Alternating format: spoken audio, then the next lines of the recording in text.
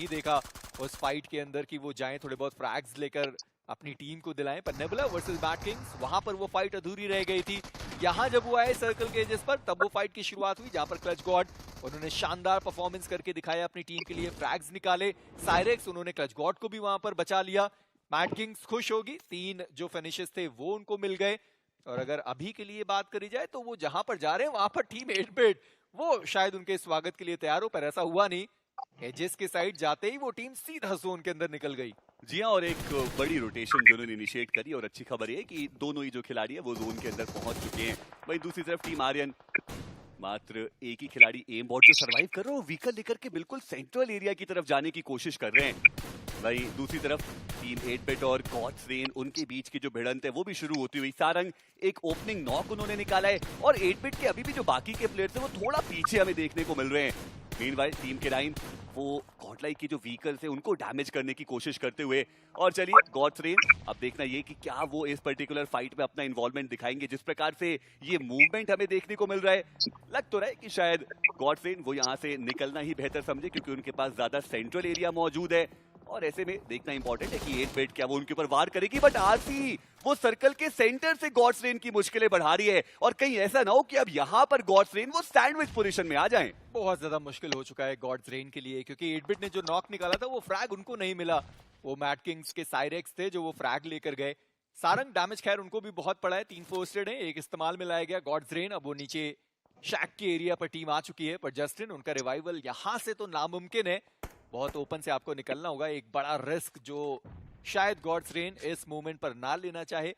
45 points के साथ अभी भी वो टीम मौजूद है। आरसी एक बड़ा मैच जो उनको निकालना होगा 35 पॉइंट के साथ वो मौजूद है, और जिस तरीके से ये जोन बना है आरसी यहाँ से बहुत सारे पॉइंट्स लेकर जा सकती है। टीम रेकनिंग उनकी भी रोटेशन कमाल की रही है अभी भी प्लेयर के साथ, और जोन का अच्छा एडवांटेज उनके पास मौजूद है। और वहीं पर टीम ओरंगुटान को देखिए, कहां वो ईस्टर्न एजेस पर काफी सारी टीम के बीच में फंसे हुए थे, उसके बाद नदर्न एजेस पर गए। नो डाउट अभी थोड़ा जोन के बाहर है, पर जोन के अंदर आया जा सकता है। पर गॉडलाइक वर्सेस K9 उनकी फाइट की शुरुआत हुई।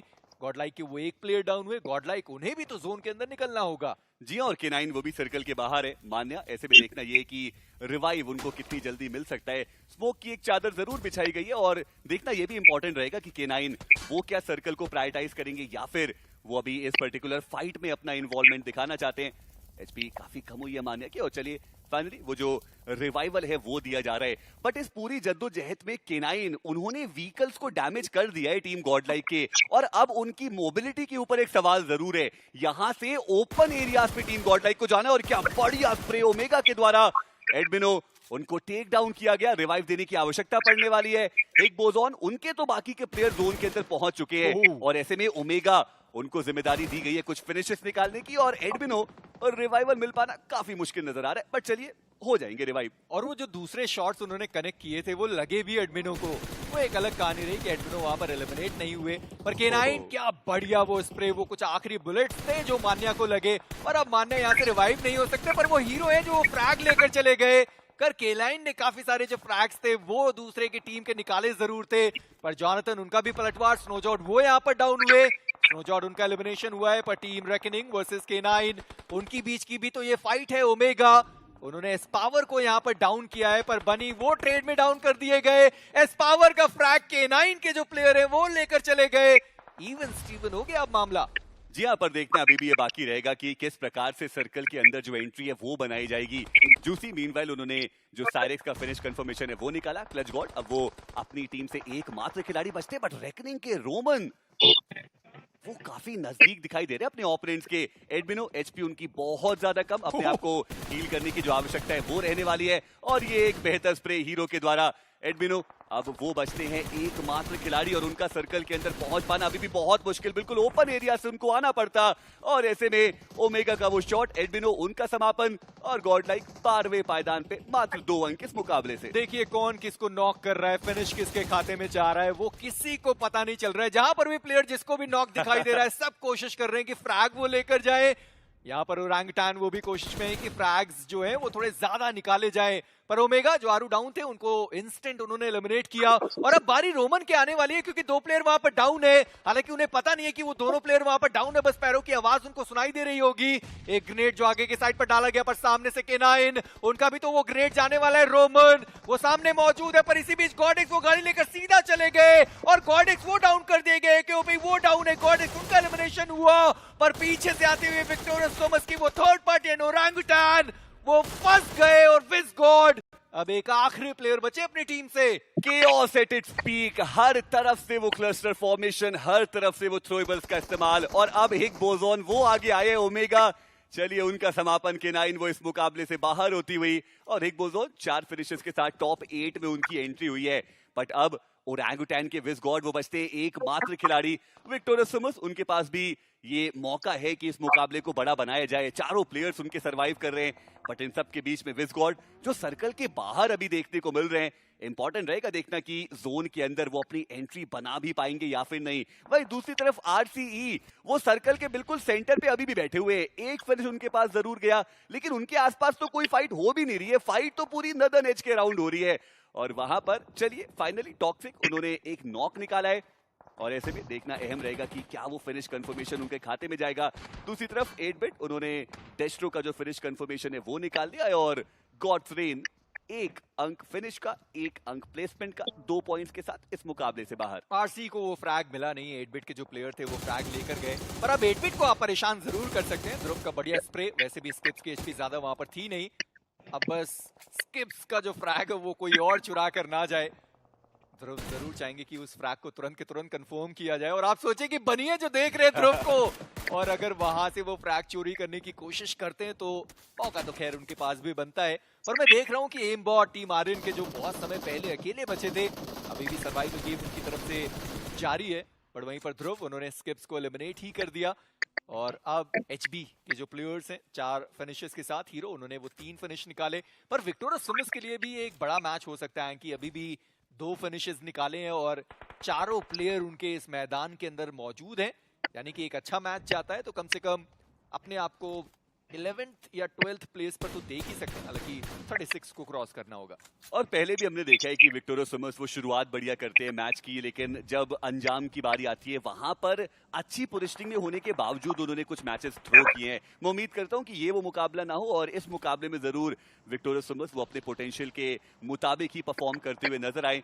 बट मीनवाइल विज़गॉड देखिए ओरंगटान के मात्र एक ही ये बचे, लेकिन आप इनके अकेले बचने को भी आसान न समझिए। यहाँ पर ये भी बहुत घाव देकर के जा सकते हैं। एक बोजोन को बनी को स्पॉट किया, एक नॉक जरूर निकाला गया है। ओमेगा उनको भी स्पॉट वहां पर किया गया, डैमेज देने की कोशिश, पर साइड लाइन से भी थोड़ा बच के रहना पड़ेगा विज़गॉड को। और ऐसे में हिग बोजोन जिनकी शुरुआत अभी तक बहुत बढ़िया रही है, ग्रेनेड ओमेगा को डाउन कर सकता है। एक नॉक और फिनिश तो निकाल ही लिया, और आप देखिए कितना फियरलेसली है जो खिलाड़ी है वो आगे बढ़ता हुआ। बट साइडलाइन से हीरो उनका बढ़िया कवर फायर, और ओरंगटान 7वें पायदान पे इस मुकाबले से बाहर। थोड़ा ज्यादा कुक हो गया वो ग्रेनेड। पर चलिए RC उन्होंने भी नॉक्स निकालने शुरू किए हैं। जली वो डाउन, और विक्टोरियस थॉमस अब वो HB के ऊपर पुश करने के लिए तैयार है, पर वेनम वो यहाँ पर डाउन कर देंगे। हीरो उनके पास वो मौका था, नॉक तो बढ़िया निकाला, पर ओमेगा इसी बीच वो डाउन हो गया। एंड हीरो AKM के साथ एक और नॉक निकाल दिया, माफिया को वहां पर डाउन कर दिया गया। स्केरी जॉर्ड वो जंप शॉट देना चाहते, पर उससे पहले उन्होंने ओमेगा को कंफर्म किया, और हीरो हील लगाने के बाद क्या वो खिलाड़ी ऊपर फाइट करने के लिए आएगा। पर इसी बीच टीम 8-बिट वो आ चुके हैं यहाँ पर थर्ड पार्टी करने के लिए। विक्टोरियस थॉमस जिनके पास वो चारों प्लेयर्स थे जो बढ़िया कर सकते थे, पर वो शायद ना कर पाए क्योंकि 8-बिट आए और उन्होंने स्केरी जॉर्ड को डाउन कर दिया। और अब विक्टोरियस थॉमस उनके बचते हैं मात्र एक खिलाड़ी ओवेस, और हीरो उनकी भी जितनी तारीफ की जाए उतनी कम रहेगी। बढ़िया वो खेल रहे हैं। दूसरी तरफ से ट्रू रिपर्स उनका भी वार आया, और नीति हम अभी तो डिस्कस कर रहे थे कि विक्टोरियस थॉमस अच्छा स्टार्ट करते हैं लेकिन कन्वर्जन में प्रॉब्लम आती है, और एक बार फिर से लग तो रहा है कि वो प्रॉब्लम्स यहाँ पर हावी होती हुई विक्टोरियस थॉमस के ऊपर। एक प्लेयर को वहां पर रिवाइव दिया जरूर जा रहा है। दूसरी तरफ एक बोजोन उनका जो एलिमिनेशन है वो इस मुकाबले से हो गया। ट्रू रिपर्स बढ़िया एंट्री उन्होंने सर्कल के अंदर मारी, लेकिन ये रॉनी का बढ़िया कवर फायर, और सारंग उनको डाउन किया गया। 8-बिट जूसी को आप देखिए कितना ज्यादा दूर वो मौजूद है अपनी बाकी के प्लेयर से, बट इन सब के बीच में रेडन, उनका एक बढ़िया ग्रेनेड, जेली उनको डाउन किया गया और ट्रू रिपर्स कुछ भी करके उनको सबसे पहले विक्टोरियस सुमस को एलिमिनेट करना पड़ेगा यहाँ से। देखिए उनको वो मौका मिला ही नहीं, उनको लगा कि वो जो प्लेयर वो डाउन कर रहे हैं वो विक्टोरियस सुमस के ही थे, पर वो ट्रू रिपर्स के थे। प्रॉब्लम इस बात की हुई कि अभी तक वो फिनिशेस उन्होंने निकाले नहीं और जो प्लेयर डाउन किया गया था जेली उनको वापस यहाँ पर रिवाइव किया जाएगा। एंड विक्टोरियस सुमस अपने दोनों प्लेयर के साथ एक बार फिर से ऊपर चढ़ने के लिए तैयार है। ओवेस उन्होंने जेली को कंफर्म कर दिया, हाइड्रो वो यहाँ पर बचे हुए थे, ओवेस को उन्होंने डाउन किया और वेनम वो सीधा दूसरी जगह चले गए और रेडन के हाथों उनका एलिमिनेशन हुआ। विक्टोरियस सुमस दो अलग अलग टीम से वो टीम फंस गई, पर अभी भी ट्रू रिपर्स के रोहानी हार मानने के लिए तैयार नहीं। सामने रेडन मौजूद है और क्या वो बढ़िया स्प्रे का कनेक्शन, रेडन वो डाउन हुए और ट्रू रिपर्स अभी भी अपने दो प्लेयर्स के साथ। देखिए फाइनल्स वाली वाइब आ रही है इस मुकाबले में, जिस प्रकार से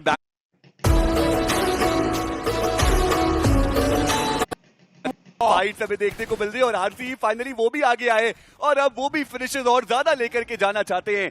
5 तक वो आंकड़ा जो है वो पहुंचाए और उनके सामने 8 बिट एक 4v2 की जो सिचुएशन है वो हमें देखने को मिलती हुई। और 8 बिट की अगर हम बात करें, बॉटम 2 में टीम मौजूद थी इस मुकाबले की शुरुआत से पहले और अब 5 फिनिशेस के साथ वो टॉप 2 तक पहुंचे हैं। प्लेसमेंट के भी मिनिमम 6 पॉइंट्स तो उनको मिलने ही वाले हैं और ऐसे में देखना ये कि जूसी क्या वो जाते जाते कुछ अटैक और कर सकते हैं। सारंग को रिवाइव मिलेगा नहीं और 1v4 की ये जो पूरी सिचुएशन है वो बनती है और ऐसा लग तो रहा है कि आरसी अब उनको जो लोकेशन है जूसी की वो भी पता चल चुकी है। आसान होना चाहिए यहाँ से जूसी को फिनिश करना, बट ये क्या किया फ्लैश, वो आगे बढ़े बट चलिए वो फिनिश कंफर्मेशन उनके खाते में जाएगा नहीं। और आरसीई कल के दिन पे वो कन्वर्जन नहीं कर पाए थे चिकन डिनर में, बट आज के दिन पे एक बढ़िया शुरुआत और इस चिकन डिनर के साथ अब 8वें पायदान से एक बड़ी जंप मारेंगे वो। जी हाँ एंकी, मतलब कल के दिन पे वो मैचेस आ रहे थे, थोड़ा थोड़ा वो कारण जिस तरीके से वो चिकन डिनर उनके हाथों से चला जा रहा था